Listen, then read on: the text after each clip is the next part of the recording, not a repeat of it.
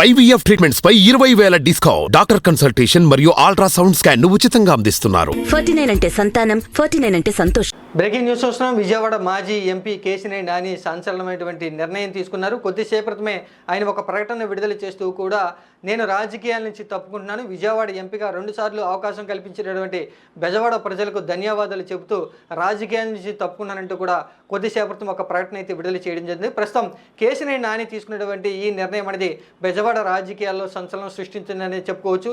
ఎందుకంటే 2 సార్లు ఆయన వరుసగా ఎంపీగా గెలుపొందారు. కానీ రీసెంట్గా జరిగినటువంటి ఎన్నికల్లో ఆయన వైసీపీ పార్టీ నుంచి పోటీ చేసి ఓటమి పాలవడం జరిగింది. ప్రత్యర్థిగా సోదరుడు అయినటువంటి కేశినేని చిన్ని చేతిలో దాదాపుగా 2.5 లక్షల ఓట్ల మెజార్టీ తేడాతో ఆయన ఓడిపోవడం జరిగింది. గతంలో 2 పర్యాలు కూడా ఆయన తెలుగుదేశం పార్టీ నుంచి పోటీ చేసి విజయవాడ ఎంపీగా వరుసగా గెలుపొందారు. కానీ రీసెంట్గా జరిగినటువంటి ఎన్నికలకి కొద్ది రోజుల ముందు ఆయన తెలుగుదేశం పార్టీ నుంచి వైసీపీ పార్టీలో చేరి వైసీపీ పార్టీ నుంచి పోటీ చేసి ఓటమి పాలవడం జరిగింది.